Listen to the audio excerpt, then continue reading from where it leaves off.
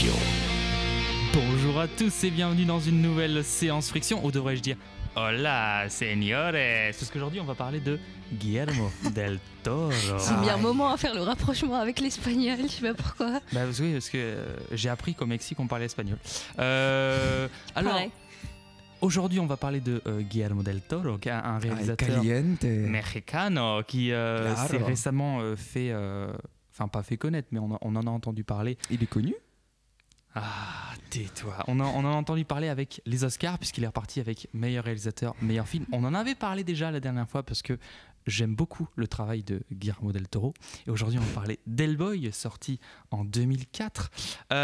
C'est assez partagé dans l'équipe sur ce que vous avez pensé d'Hellboy. On va développer ça tout à l'heure. Partager le mot.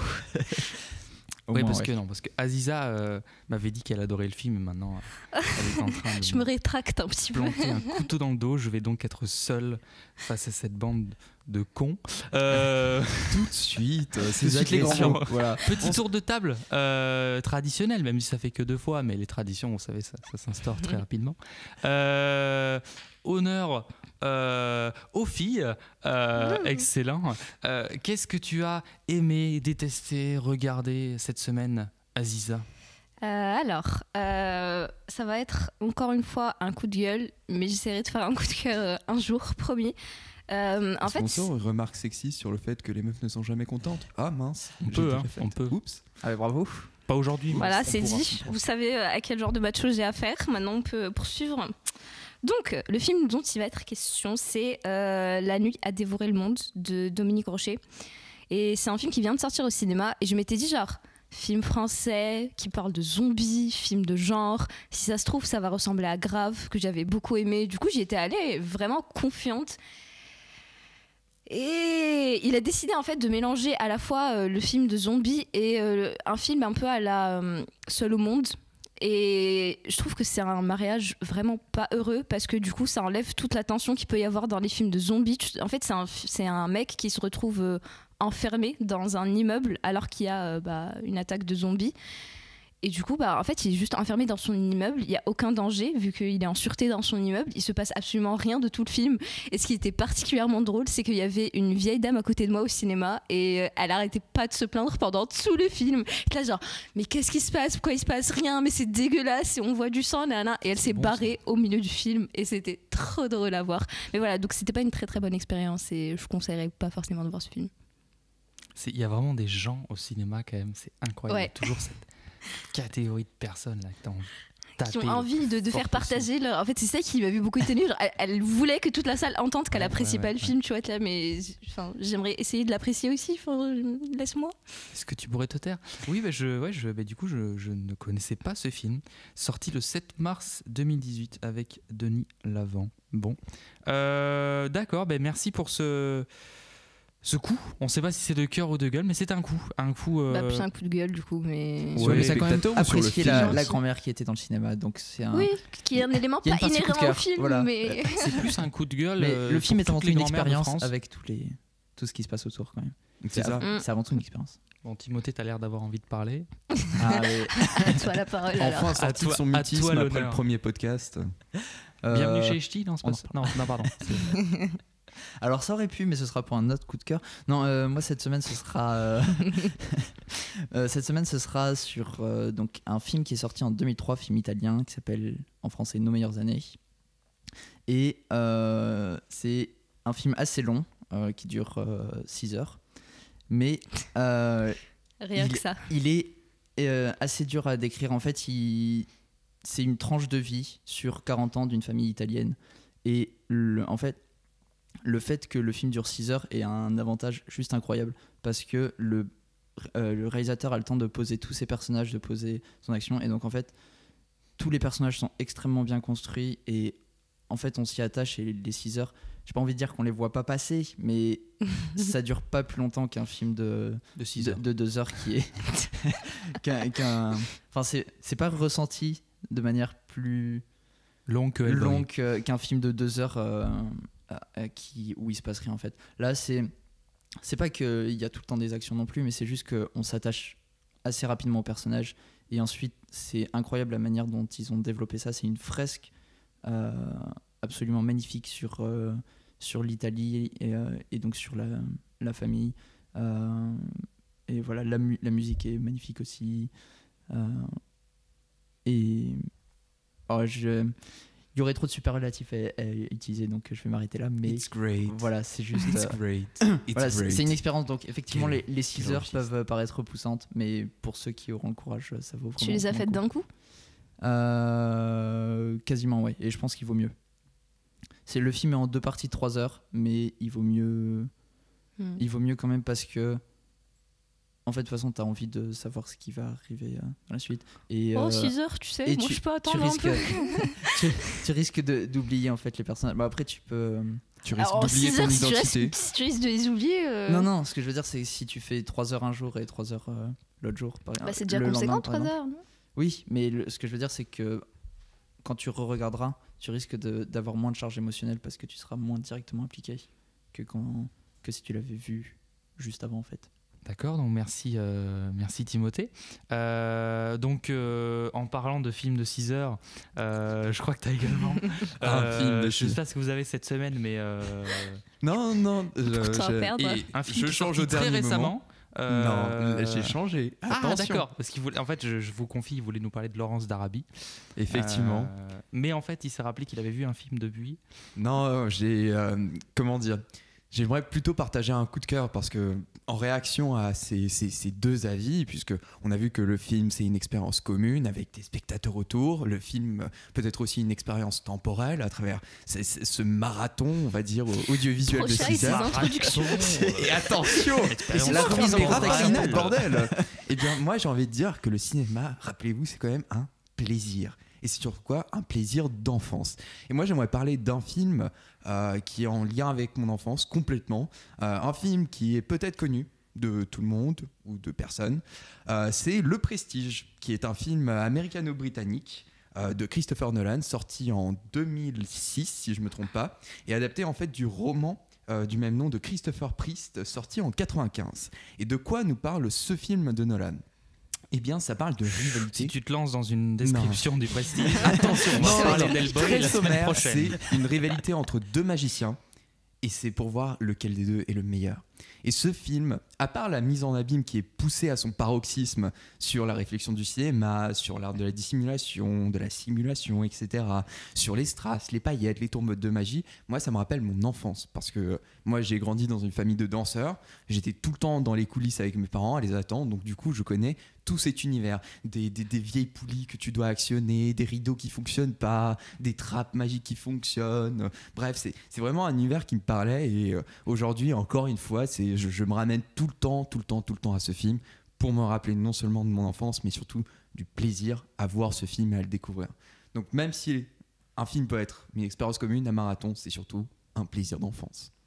Oh là là c'est là. mignon. Tu l'as appris. C'est ça que tu apprenais par cœur en fait Non, pas du tout. C'est avant tout Qu'est-ce que c'est beau. un plaisir d'enfance. Ah ouais, Non, ça, je- ça va je- claquer. Il avait préparé la j'essaie de faire punchline. des catchphrases aussi passionnantes que celles d'Hellboy, tu vois. Ça commence Et déjà ça à lance tacler. direct. Transition. Alors moi je voulais juste vous parler. Alors d'abord petite séance Netflix sponsorisée parce qu'il faut payer son loyer dans la vie. Évidemment. Alors il est sorti récemment un film qui s'appelle Annihilation, qui est un film réalisé par Alex Garland qui avait réalisé Ex Machina, qui était excellent. Et qui donc en gros c'est un film qui est produit par la Paramount, mais au dernier moment Paramount a fait Paramount marche arrière. Paramount. Merci. Ah. Ouais, si t'as fait le film avec l'accent. Ben Paramount, mais les mecs, on est en France quand même. Oui, mais après Sucker Mais t'aurais pu Punch, dire Je te rappelle que c'est Annihilation. le mec voilà. qui prononce Nicolas Cage, Nicolas Cage. Nicolas Cage. On en parlera tout à l'heure, Nicolas. J'aime mon pays et je vous emmerde. Donc, Annihilation, c'est un film d'Alex Garland et donc c'est un film, c'est un très bon film Netflix. Donc je disais, il avait été produit par Paramount et Paramount a fait marche arrière au dernier moment et a décidé de ne pas le sortir en salle dans la majorité des pays. Il a eu une sortie en salle que dans 2 ou 3 pays. Et c'est le premier film donc, qui en France a une sortie Netflix exclusive, qui est vraiment un vrai film de cinéma, peut-être depuis Okja. Mute était assez mauvais. Qu'est-ce qu'il y avait eu d'autre? Il y avait eu En film Netflix, aidez-moi.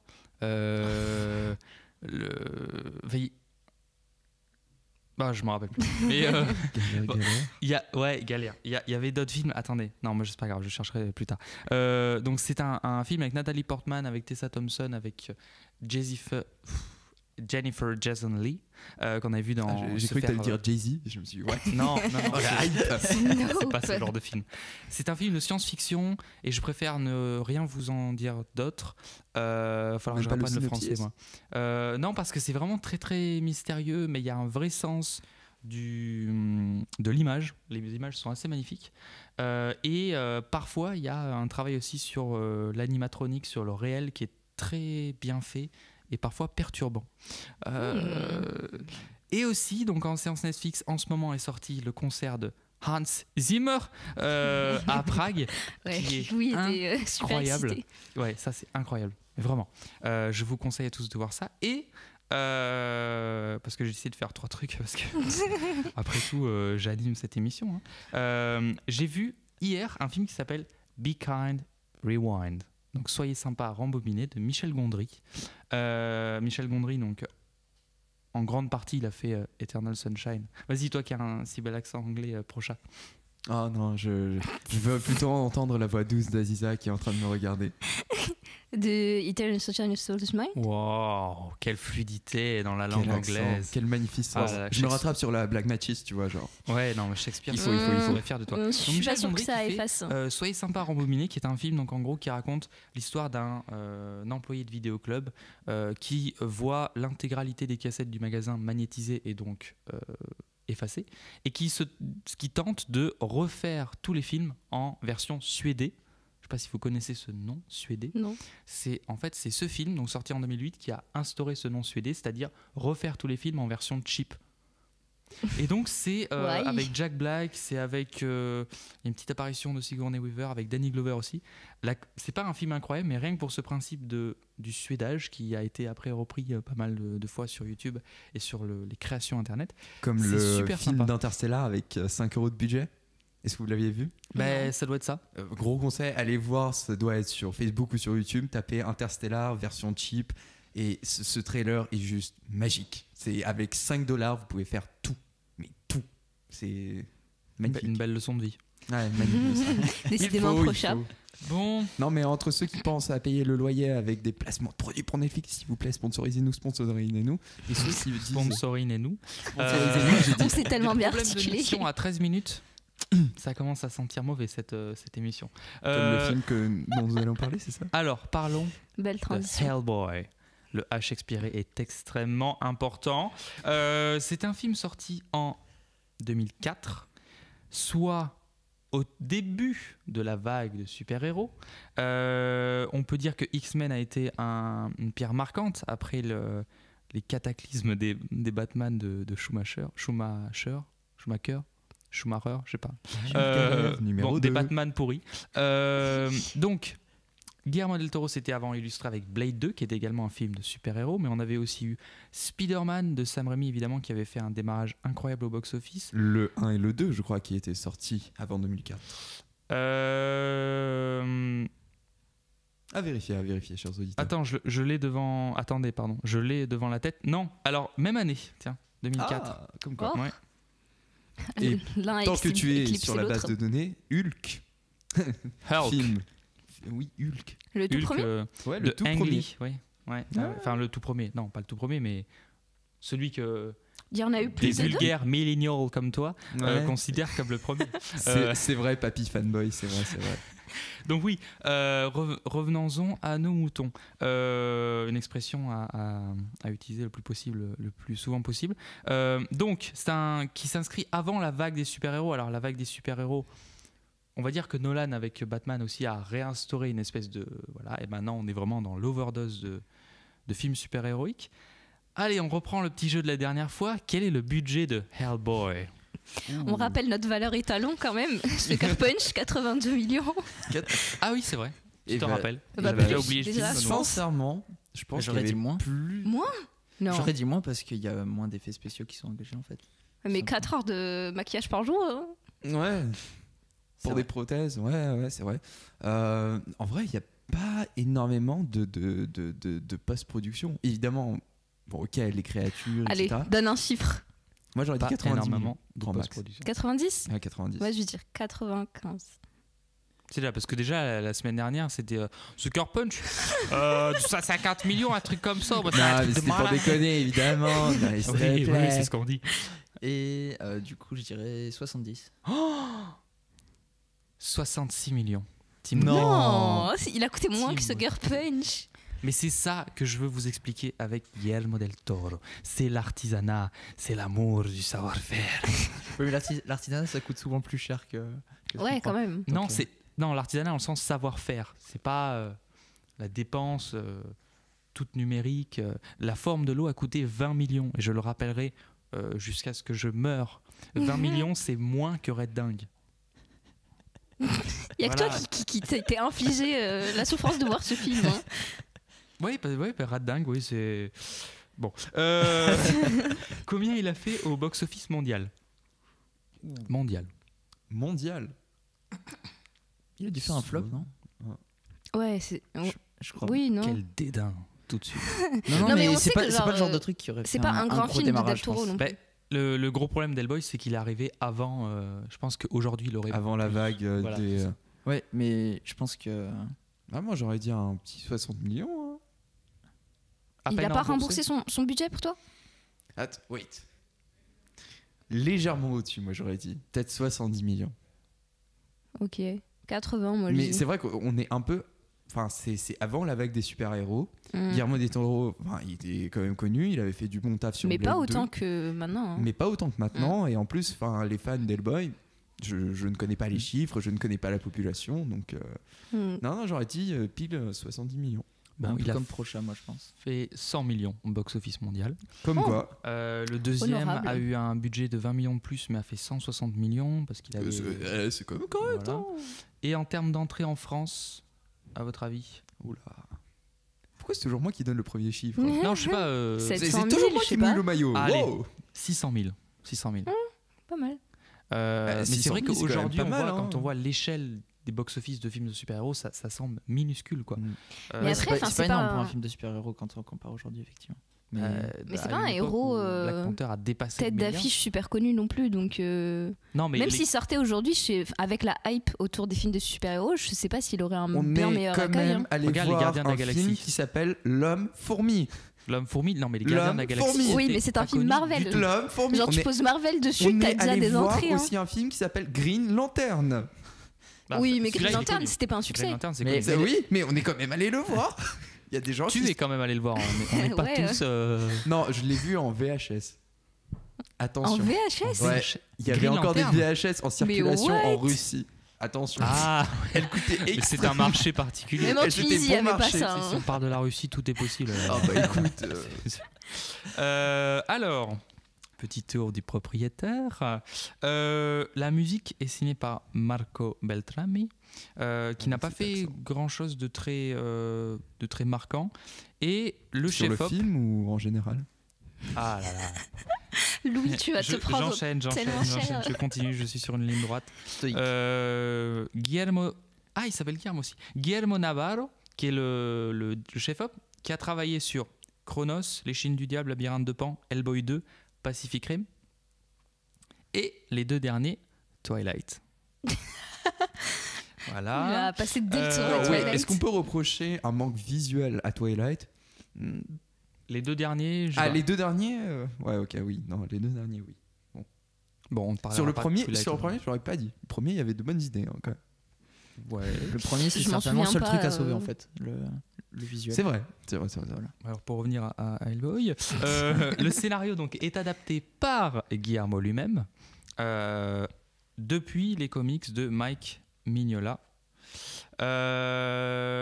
Alors c'était une idée qui tenait à cœur à Guillermo del Toro. Il a refusé Blade 3, il a refusé Harry Potter 3. D'ailleurs, je sais pas pourquoi il voulait Ouais. à tout prix un réal mexicain apparemment pour Harry Potter 3. Ah oui, Quaron, ils ont pris, ouais. Ouais. Ils avaient Iñárritu, Cuarón et Alors Del Toro qu'aujourd'hui, en tête. Il a refusé un maximum les images de synthèse, puisque c'est une prothèse avant tout. Hein. Et moi d'ailleurs, au début, je me suis dit, tiens, mais Ron Perlman, il a gonflé comme un porc pour le film, c'est incroyable. Ça se Et en voit fait, que c'est une prothèse, non Et en fait, je me suis dit, non, ouais, c'est une prothèse. Mais Mais ça lui ressemble, genre. c'est très bien fait. Ouais. C'est très bien fait. Et d'ailleurs, ils vont faire un nouveau Hellboy Non. avec l'acteur, je sais pas si vous avez vu Stranger Things. Non. Yep. Le commissaire de Stranger Things. C'est Ah, futur le Hellboy. sergent. Ouais, il s'appelle David Harbour, l'acteur. Ouais, avec Et, son beau bouc, c'est ça. voilà, ouais. c'est ça. Et vous allez voir, parce que là vous critiquez Hellboy, vous allez voir Hellboy, le nouveau Hellboy, il va être totalement fade. Et il n'y aura pas du tout cette espèce de côté atypique propre à Guillermo del Toro. Et là, vous reviendrez me voir et vous direz, non mais t'as raison, Louis. C'est pas Hellboy, parce qu'il y a des c'était- films pires que ça suffit pour en Oui, faire un voilà. bon film. Non, bon, on va en parler. Et on pourra mettre en comparaison parce que, excusez-moi, mais faire un instant de promo, Sucker Punch c'était signé par Snyder quand même. Et on Mhm. avait vu la patte de Snyder. Là, je sais pas vous, mais j'ai pas énormément vu la patte de Del Toro. Oh, Un si, petit quand peu, même. un petit peu. Alors, t'as Si, acheté une si, paire si. d'œil, une paire d'yeux s'éclipse immédiatement. quand même. Non, assez. non, Mais elle est, non, elle est ça, c'est tellement faux. mieux et plus visible dans d'autres films que Voilà. c'est vrai que là Alors normalement Guillermo del Toro il signe vraiment énormément ses films. Enfin, ça se voit que c'est un de ses films. Alors que Ouais, là, je Snyder, trouve que ça on le se voit de voyait ouf que que c'était c'est un Snyder film sur de Sucker Del Toro, Punch. hein. C'est super. Bon, on va en parler, mais. Mais il on a entendra refusé- vos arguments. C'est la Alors, séance friction après. Ça, c'est un fun fact qui est assez rare. Il a été tourné chronologiquement. C'est quasiment jamais le cas pour le film. Il a été, Del Toro a voulu le tourner chronologiquement, donc entièrement en studio. Pour infliger la souffrance Et à tous les pour acteurs. montrer, Guillermo del Toro était très proche des fans, et pendant la production du film, il répondait à tous les messages sur le site officiel du film, aux fans du comics, en disant non mais vous inquiétez pas, voilà ce que je fais, etc. Il a entretenu ce contact avec les fans du film. C'est Prochain mignon. a l'air... Ouais, j'allais Mais- balancer encore une remarque abjecte et négative, mais je me suis dit, j'en fais trop depuis le début de l'émission. Mais Honnêtement, honnêtement, il aurait pu passer plus de temps sur le plateau, il aurait fait un meilleur boulot. Oh, mauvaise langue. est-ce que Ah non, vous- mais attention, là, aujourd'hui, c'est. Non, par La contre, dernière je fois, te rends j'étais compte l'avocat du diable. que tu... Diable Oui, rouge. oui. Est-ce que tu te rends compte que tu en viens à avoir un discours plus dur à l'encontre d'Hellboy Yep. que de Sucker fucking Punch? Ouais, parce que je dois avoir un regard beaucoup plus dur sur Del Toro que sur Snyder. Parce que t'en attends plus. Ouais. Quand on me dit Guillermo Del Toro par rapport à Snyder, enfin, moi je trouve que moi j'accroche plus au style de Del Toro sur les derniers films qu'il a fait ou sur les films en général que sur les films de Snyder, que ce soit en termes d'écriture ou en termes juste de réalisation. C'est pourquoi quand on me dit Del Toro a fait ce film, je me suis dit, bah ça veut dire qu'il doit être nettement mieux que Sucker Punch. Alors là, excusez-moi, En mais vrai, sur les deux Louis, visionnages, Je te pose la question, mais tu trouves que Hellboy il est genre beaucoup mieux que Sucker Punch? Ah oui, non, arrêtez les mecs là-haut. non parce qu'on Si, on quand tire même. sur le canard Si. boiteux de Non, leur mais film. Sucker Punch, enfin, moi, Hellboy, il me laisse pas indifférent. Sucker Punch, c'est vraiment le truc qui passe et tu l'oublies. Hellboy, enfin, moi, Mais j'adore ce Hellboy, film déjà. tu le Si, subis Hellboy, un peu on- au bout d'un certain moment. Je trouve genre ouf, c'est poussif vers la Bon, fin. je continue et puis on va en parler après. Ouais. Je me dépêche, chers auditeurs. Alors, les acteurs pressentis, Vin Diesel. Ouais, j'ai Là, vu ça ça. aurait j'ai été genre, vraiment navrant heureusement pour que le coup. s'ils l'ont pas pris. Hein. Nicolas Cage.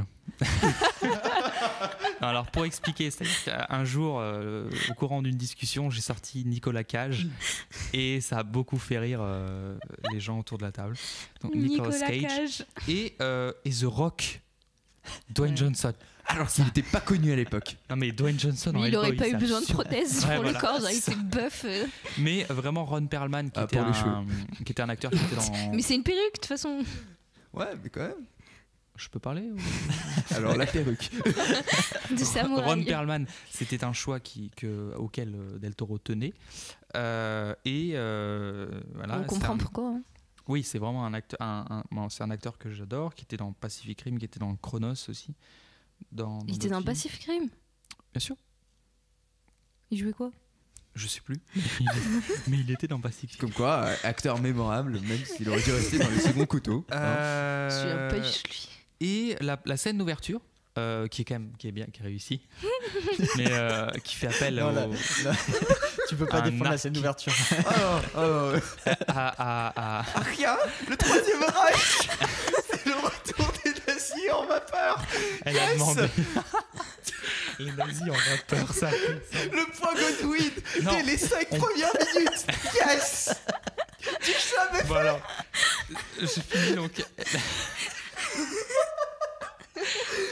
Elle a non, demandé stop. 3 semaines de tournage. Voilà, c'est Non, tout mais ce que là, on j'avais va à dire. tirer avec la grosse Bertha sur l'ambulance, la scène d'ouverture. Non, mais what? Bon, allez, Allez, on commence. On va calculer le nombre de clichés entre l'officier américain avec son cigare, avec les Allemands qui sont en train. Arkia, nous sommes. Non, pas la Wehrmacht, c'était quoi le truc, la section occulte de l'armée? Mais l'Anénerbe, je crois. Arkia, nous sommes l'Anénerbe, nous allons offrir un portail surdimensionnel avec Rasputin. What the fuck? Prochain. Ça a lancé.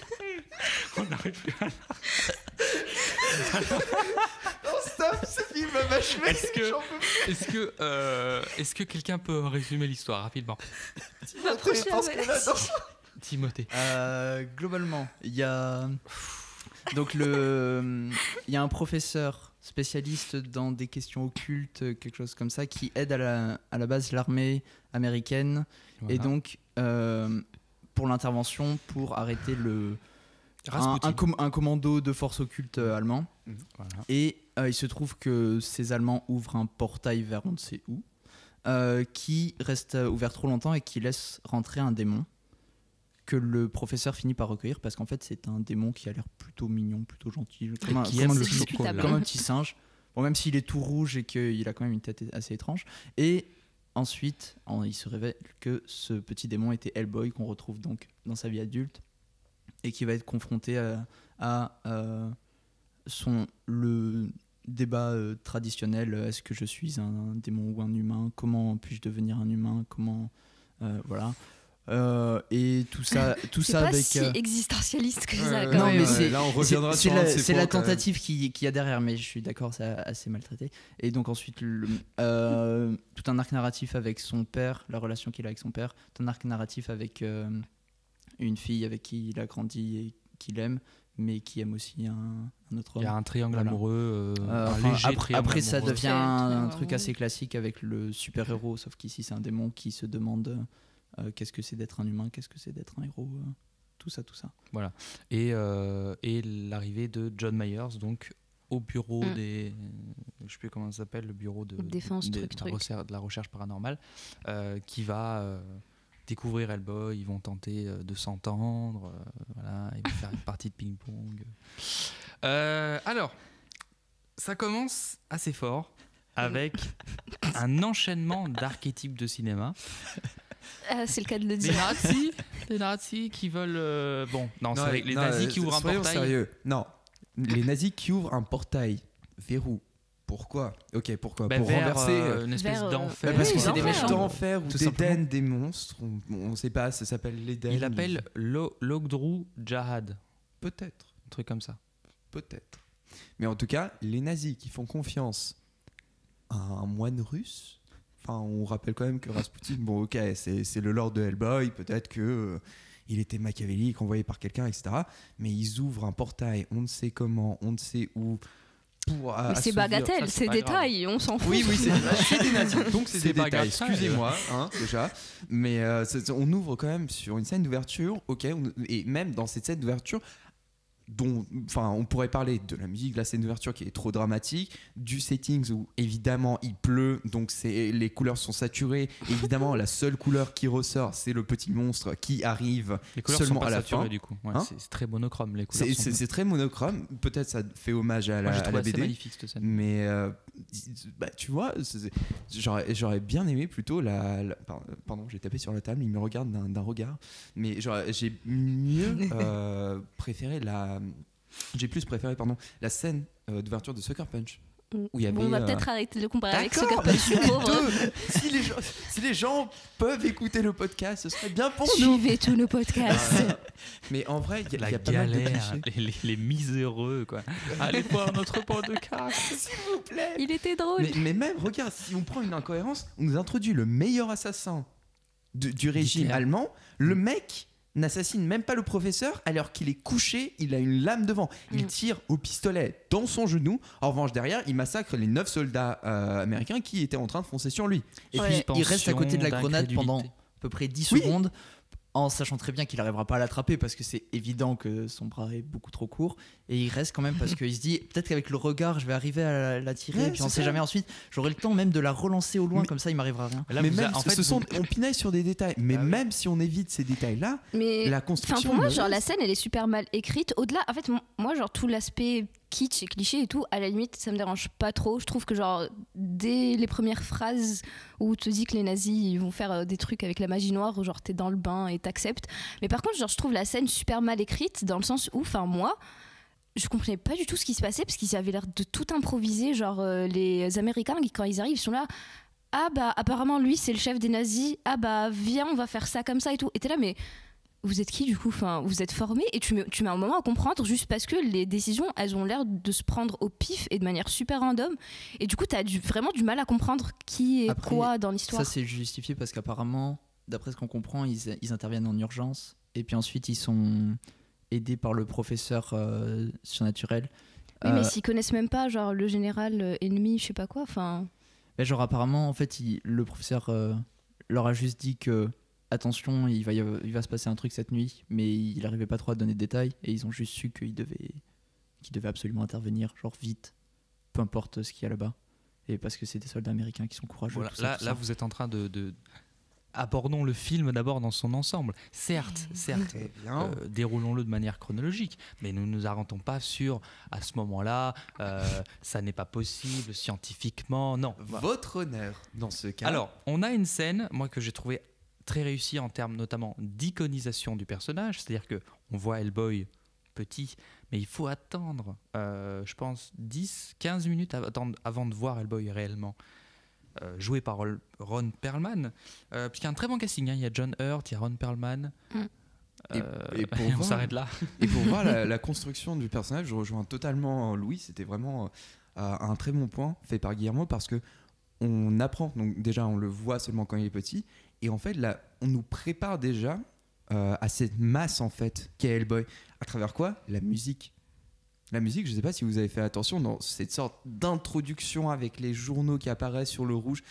Avec moi, l'homme de Vitruve, il y a plein de c'est visuels ça, très alors intéressants. que j'ai trouvé cette scène vraiment, je me suis dit, mais ça ne sert à rien, le générique c'est pas un générique, les journaux on aurait pu les agencer d'une autre manière, mais bref, avec le rouge on est déjà habitué à cette colorimétrie, mais après la musique on passe par des basses, on passe par des cuivres et on passe par des percussions, que des bruits lourds, rythmés, donc on est déjà... Dans notre inconscient, on se prépare déjà à cette masse volumique qui est Ron Perlman. Et du coup, ça, c'était un très bon point. Amener un peu Masse cette inquiétante volumique. étrangeté avec la musique. Mm. Ça, c'était beau. Masse volumique. C'est un terme que j'avais pas entendu depuis le lycée. Les pipettes et des trucs comme ça. Oui, alors, en parlant de musique, c'est intéressant que tu dises ça. J'ai remarqué qu'il y avait un ton qui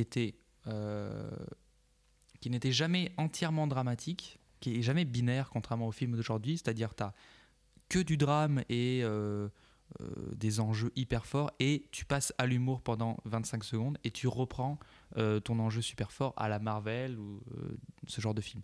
Ici, c'est toujours très très bien mêlé.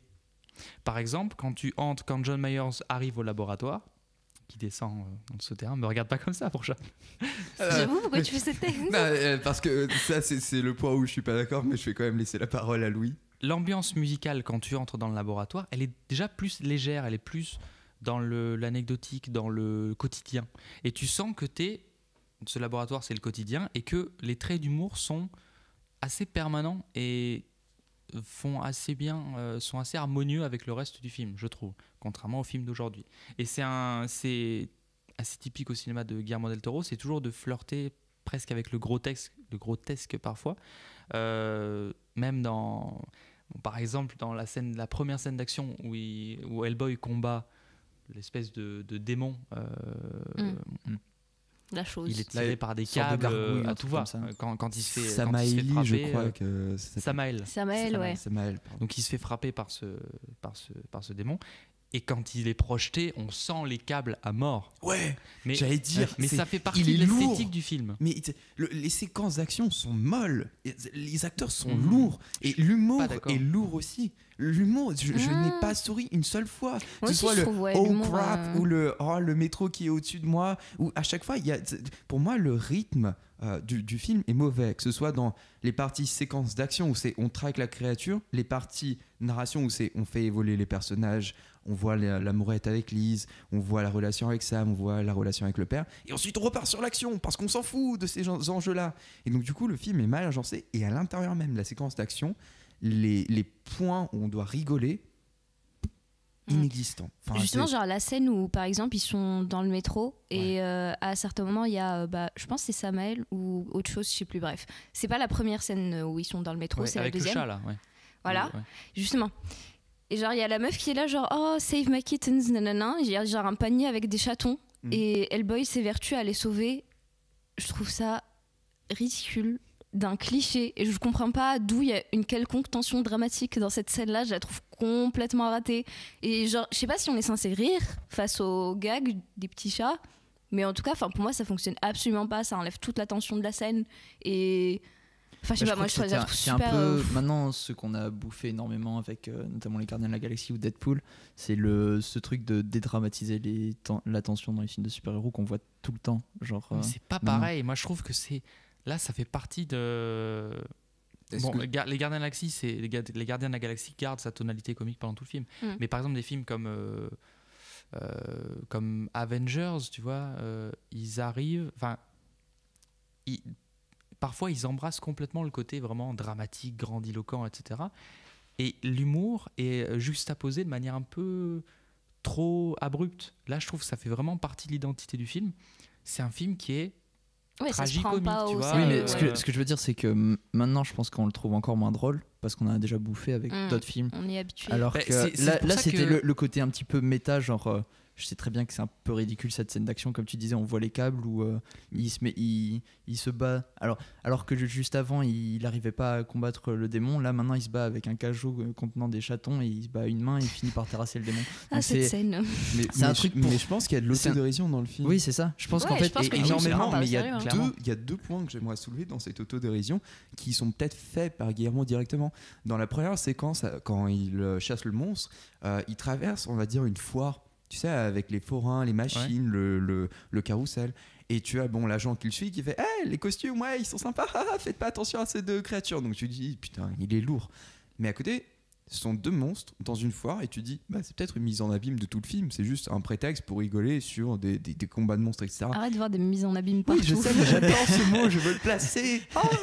Mais le deuxième point où là le film, je me suis dit ok, non, Guillermo sait ce qu'il fait, c'est quand il discute avec son père, avec le professeur, et où le professeur lui dit je ne serai pas toujours là, et t'as Hellboy qui fait oh putain, t'es sérieux, tu me sors le discours moralisateur, etc.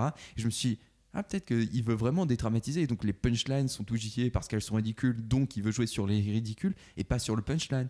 Mais peut-être qu'il fallait mettre plus de contextualisation et d'autodérision, mais je sais pas. C'est vrai que quand il y a des scènes qui sont dramatiques et qui le sont jusqu'au bout, et je les trouve. Enfin, la scène où Abe, le poisson truc, et quand sa scène d'action à lui, quand il est sous l'eau et qui se fait poursuivre par les monstres et tout, je la trouve super réussie. Genre tu sens la tension de ouf, les mouvements de caméra sont géniaux et tu t'attaches à ce personnage là, je sais pas pourquoi, mais genre moi je le kiffais, et du coup genre j'avais vraiment peur pour lui, et je trouve que cette scène là elle est vraiment bien gérée. Du coup genre il gère vraiment la tension comme il le veut, et quand il a envie que ce soit vraiment une scène dramatique, il y arrive. Après genre je sais pas si c'est juste un problème de l'humour et distillé de manière inégale tout le long du film, ou je sais pas, mais c'est vrai que quand il veut faire des scènes dramatiques tout le long, il y arrive. Et du coup, est-ce que c'est parce qu'il parle pas que cette scène est réussie? Abe il parle. Non, mais dans la scène sous l'eau, peut-être qu'elle est réussie juste parce qu'en fait, on pouvait pas placer un dialogue. C'est pour ça. S'il avait voulu la foirer, il l'aurait fait. Tu sais. D'abord, j'adore les personnages du film. C'est-à-dire que pendant tout le film, j'étais vraiment avec eux, quoi. Même tous les Hawcraft de Hellboy, moi, j'ai le petit sourire et je trouve ça. Je suis vachement attaché au personnage. Abe Sapiens, j'adore. Donc, petite anecdote, c'est le même acteur que toutes les créatures de Guillermo del Toro, donc dans le design aussi, il est inspiré ou pas pour c'est clairement, ouais. Oui, c'est quasiment la forme de l'eau, c'est vraiment quasiment ça. C'est très ressemblant. Et qui fait aussi dans le labyrinthe de Pan, la créature avec les yeux, les yeux dans les mains. Qui fait le faune aussi. Donc il est abonné à Del Toro.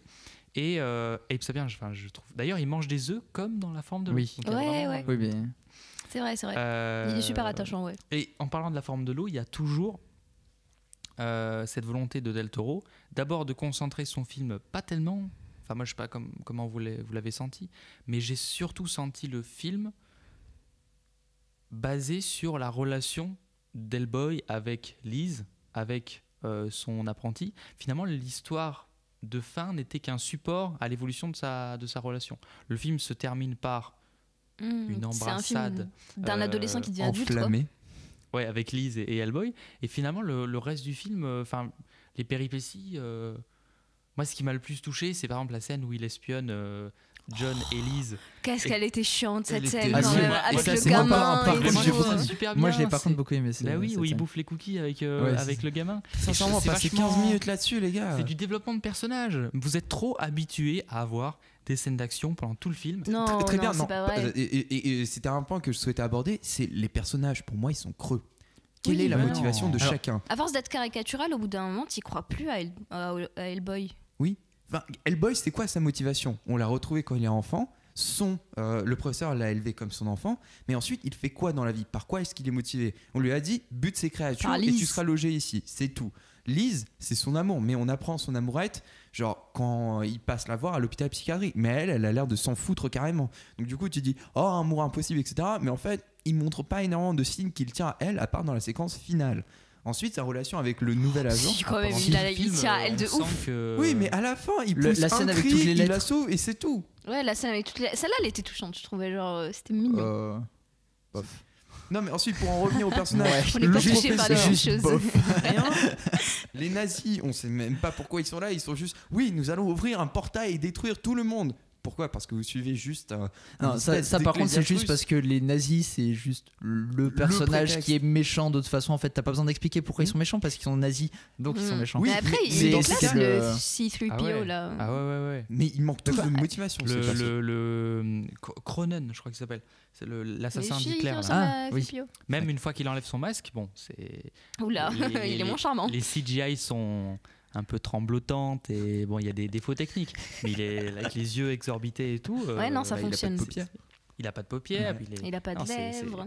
Après, Mais- techniquement, le film a des défauts, oui, certes. Mais par exemple, je trouve que la liaison entre les doublures numériques d'Hellboy et Hellboy lui-même sont plutôt bien faites Je suis d'accord. pour l'époque, surtout. Mais est-ce que ça cache. Enfin, j'ai peut-être pas accroché au film parce que le film s'appelle Hellboy. Mais si on se concentre sur les relations, essayez de faire de bonnes relations. Quelle est l'une des rares relations qui a été aboutie, où il y a une évolution? On sait qu'il va devenir pote avec le petit agence. Ok, ça n'avait pas de problème, mais est-ce que ça lui apporte quelque chose? Non, il avait déjà un autre pote, il était déjà considéré par les autres, il avait déjà une relation de collègue, donc il n'avait pas besoin d'en bâtir une.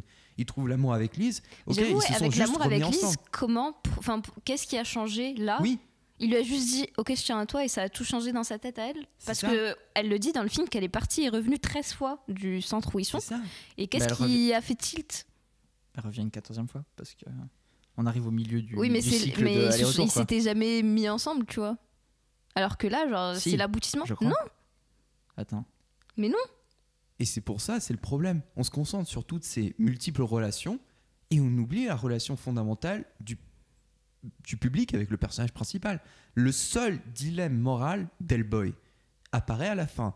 Est-ce que je veux être une créature ou je veux être un humain qui a Non, été ça, élevé ça par par mon contre, père? on le voit dès le début. Il est Où filé ça pendant tout le film. Quand il Où ça scie ses cornes.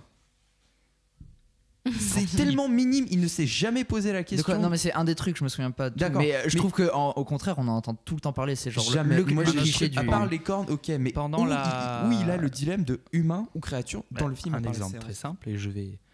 Mais d'ailleurs, c'est Chloé tu demandais.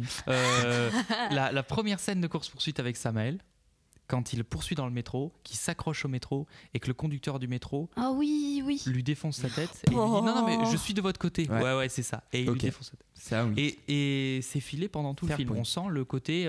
Mais même moi, je pense que le bras, c'est un symbole de ça. C'est le côté fardeau.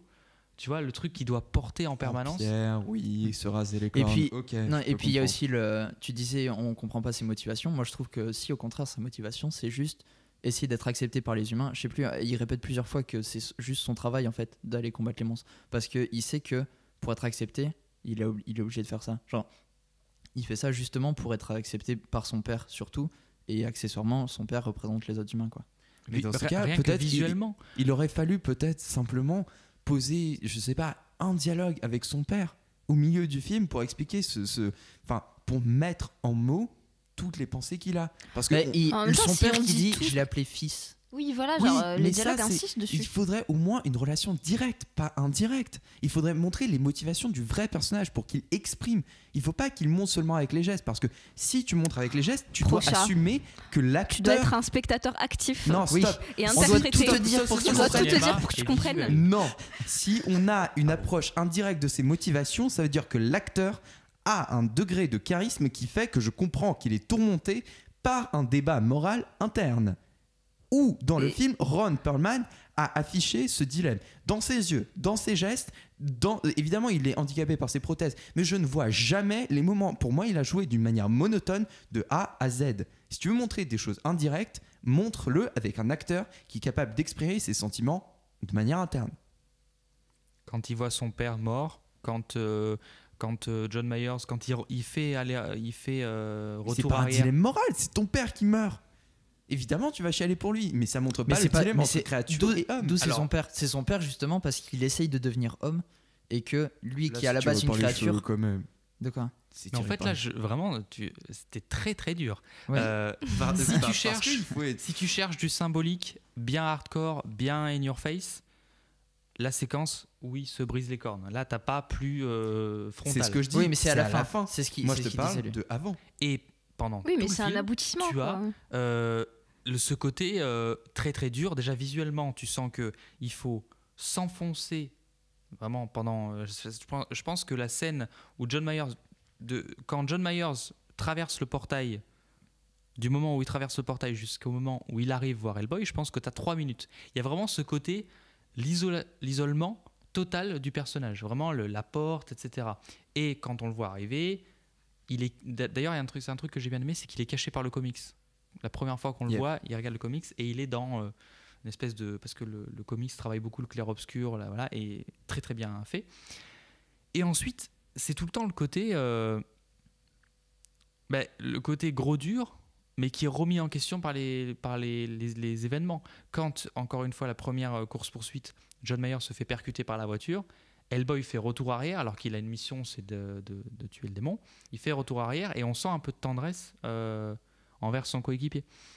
Et ça, c'est subtil. Et à la fin, Del Toro fait péter la grosse symbolique avec les cornes. Et ça, d'ailleurs, c'est un truc que j'ai adoré, c'est que tous les visuels un peu Lovecraftiens Yes, de la fin, ça c'est pour ça Mm. que je sais plus qui disait on sent pas trop que c'est un film de Del Toro.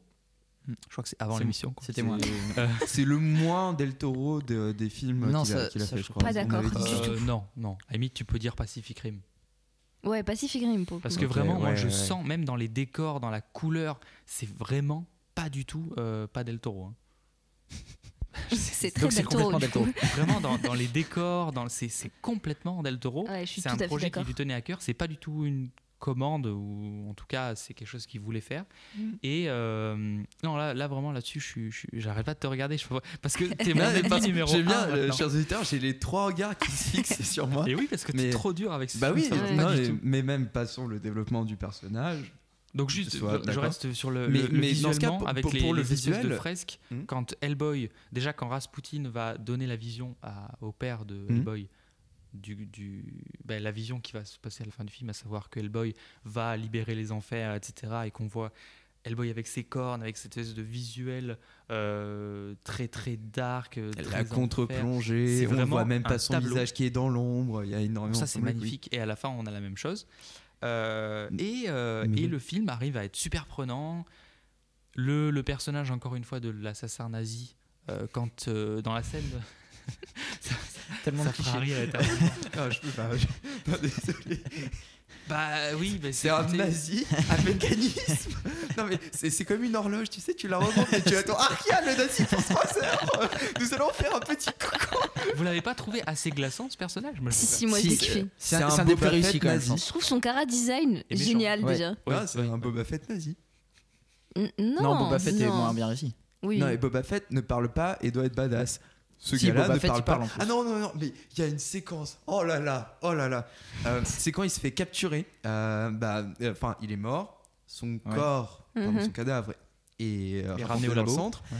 Il se réveille, il se lève. Du coup, il enlève cette sorte de bâche qu'il a sur la tête. Et il commence à enfiler son costume, mais à la manière des Power Rangers. Je sais pas si vous aviez cet esprit aussi. C'est le petit gant, parce que je n'ai pas de main. Ensuite, les petits gantelets, etc. Et il termine dans une vieille pose en faisant des moulinets avec son Moi, je sabre. le trouve super classe et je trouve son Non, grade il est design classe. super réussi. Il avait cette séquence Power Rangers et je me suis dit, ouais. enfin, Franchement, ça m'a pourquoi pas fait cet justifier effet, la hein. badassitude par une séquence Power Rangers? Pourquoi Non, mais pour rester sur le visuel. Moi, je suis Non, mais pour rester sur le visuel, abasourdi. le film. Enfin. Je sens pas les profondeurs en fait dans l'échange. Je sais pas pourquoi, j'ai ce ressenti. Les travelling, même dans la séance d'introduction, c'est des travelling qui sont coupés en quelque sorte. Tu as un travelling mais sur maximum 5 mètres et ensuite tu as rien, ça coupe direct sur un autre mouvement de caméra. Ensuite tu as beaucoup de gros plans et de plans américains. Et en fait l'espace ne respire jamais. Il y a un espace, il y a un espace qui apparaît, c'est quand au début tu as le colonel et tu as cette femme qui vont récupérer Rasputin au Tibet, je crois. Et Ce truc dans le musée là? Non, pas dans le musée, dans les montagnes enneigées. Et ils entrent dans une caverne et c'est le seul plan, à part la séquence finale, où tu as un grand espace. Tu as ce côté gigantesque. Et Ensuite, tu as c'est magnifique. ce plan de la caverne, il est très bien. Même la symbolique avec le rouge du sang qui va ramener Rasputin, etc. Ouais, par le labyrinthe. magnifique, c'est vrai. Ah, il a pour quand même faire écho. il a un sacré volume sanguin, le mec. Hein. Ah ouais.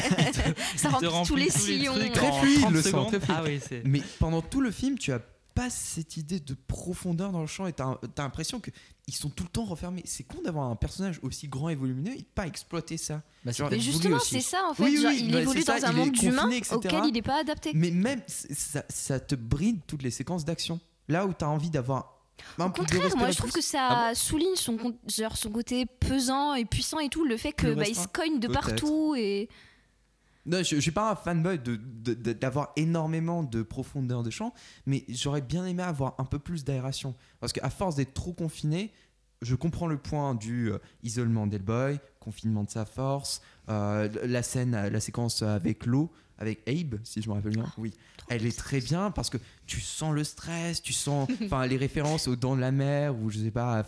Mais en tout cas, tu sens cette inquiétante étrangeté dans l'eau. Mais dans certaines séquences, respirez les gars. Ayez un peu plus de profondeur. C'est vrai que le film est assez claustrophobique dans Oui, son il ensemble. Ouais, je pense que c'est raccord avec la thématique du film. Et quand Del Toro veut le faire, il le fait, il en est capable. Donc je pense que c'est quelque chose de volontaire. Et c'est vrai que dans cette scène souterraine, là, où quand on a l'assassin, justement, Cronen, qui tue un des gardes qui attend à coup de couteau, elle est vachement... C'est prenant, quoi. Ouais, c'est brutal. C'est corps à corps. C'est brutal, ouais. Mais par contre, je n'ai aucun souvenir de la musique. Genre, il n'y a pas de thème. Moi, je sais que j'ai noté musique sympathique à un moment.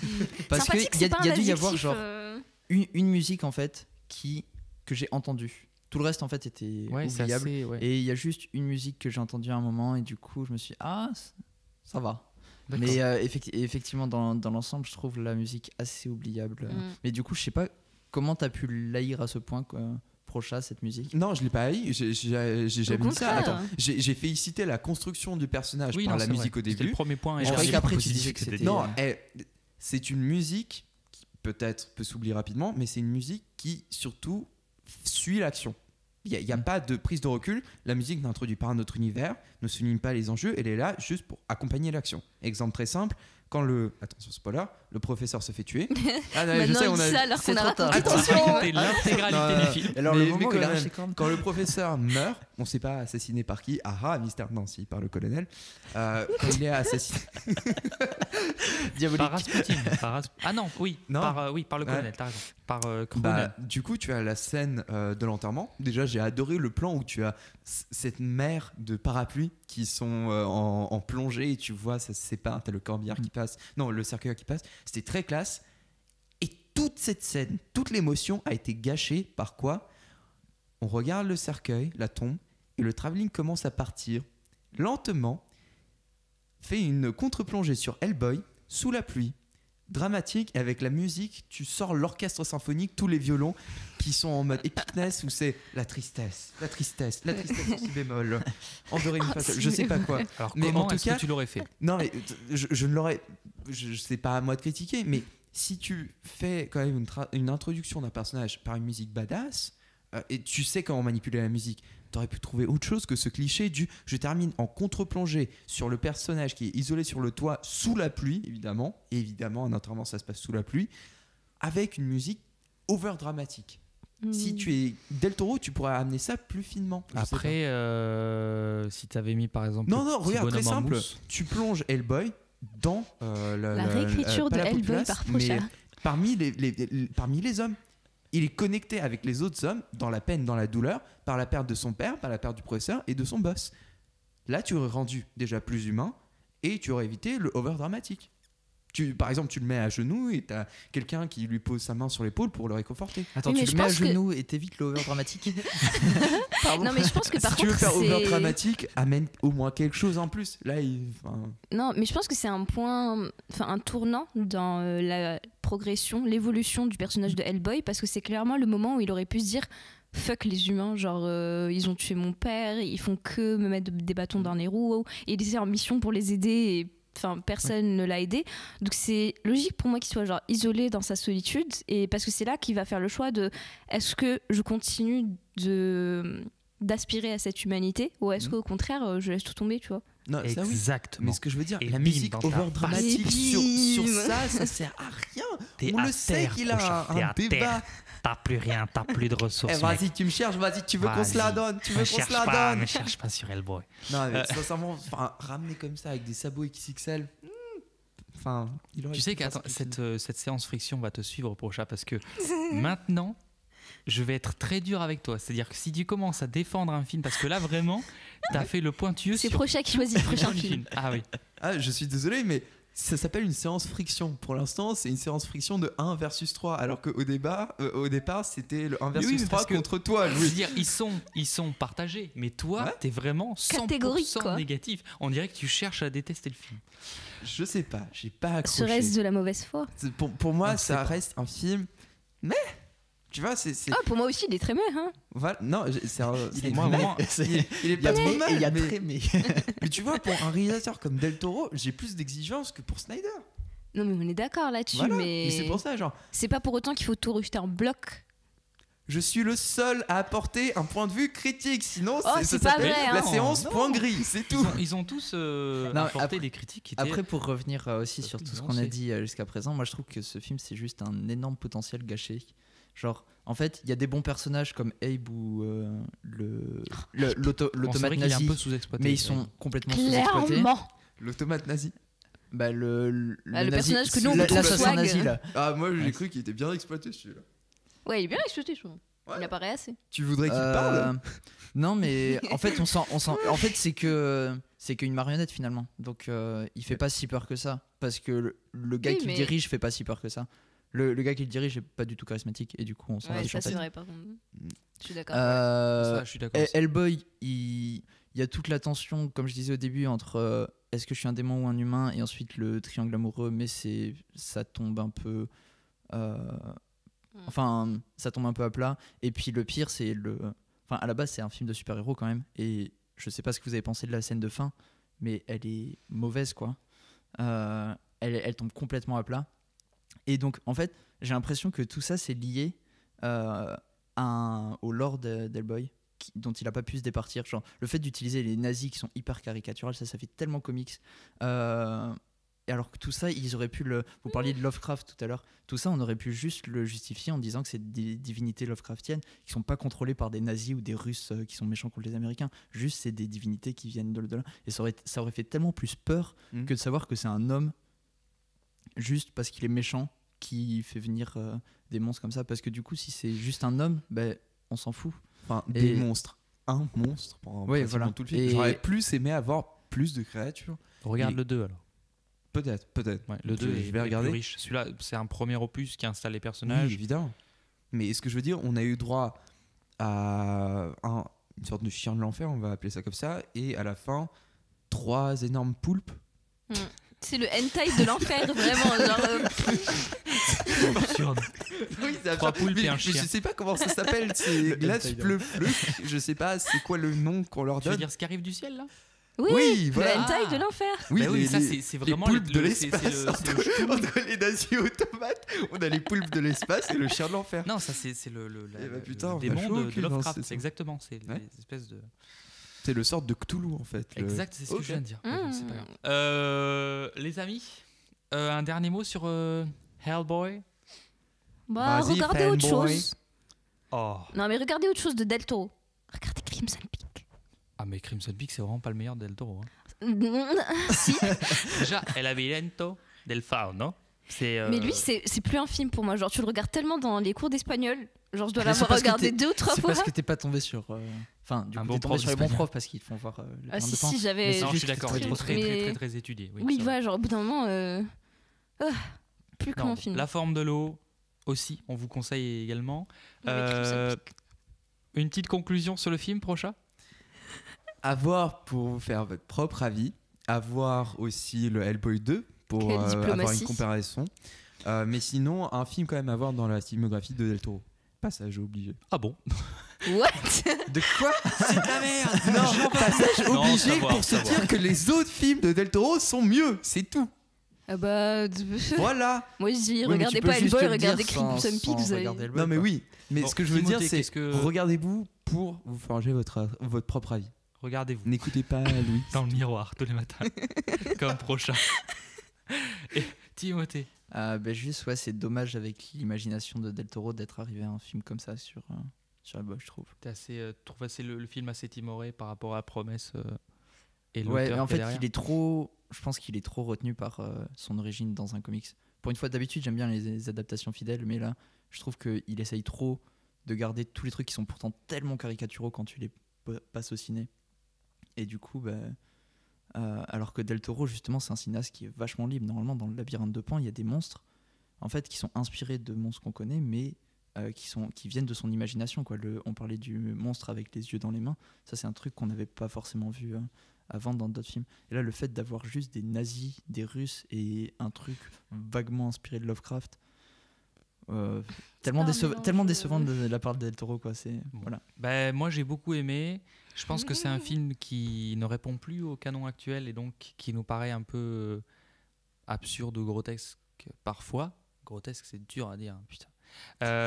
Mais franchement, moi voilà, j'adore Del Toro. J'ai pas aimé tous ses films, mais celui-là, je vous le conseille. Voilà, je pense qu'il a un peu loupé le coche de la vague de films de super-héros, mais c'est un très bon film. Très bon film. C'est mon avis. Je trouve que c'est un très bon Donc, c'est un des meilleurs films de Del Toro? Ou c'est juste que tous les films de Del Toro sont des très bons films pour toi? film. Bah moi, j'aime beaucoup ce que fait Del Toro. Après, C'est lequel ton préféré? j'ai du mal à. La forme de l'eau est vraiment excellent. Labyrinthe de Pan. Je les aime tous, les chiens du diable. Blade 2, j'aime un peu moins. Voilà, là, c'est un petit peu plus de la commande. Prochain en a marre. Il a Non, quitté pas la du salle. tout. Ah non, c'est bon, il est revenu.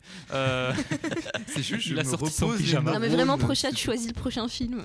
Je sens que ça va Prochain. être grandiose. Prochain film. Ah. C'est sur ces belles paroles qu'on va se quitter. Merci à tous d'avoir écouté cette séance Friction. On se retrouve la semaine prochaine. Salut à tous. Salut. Bye.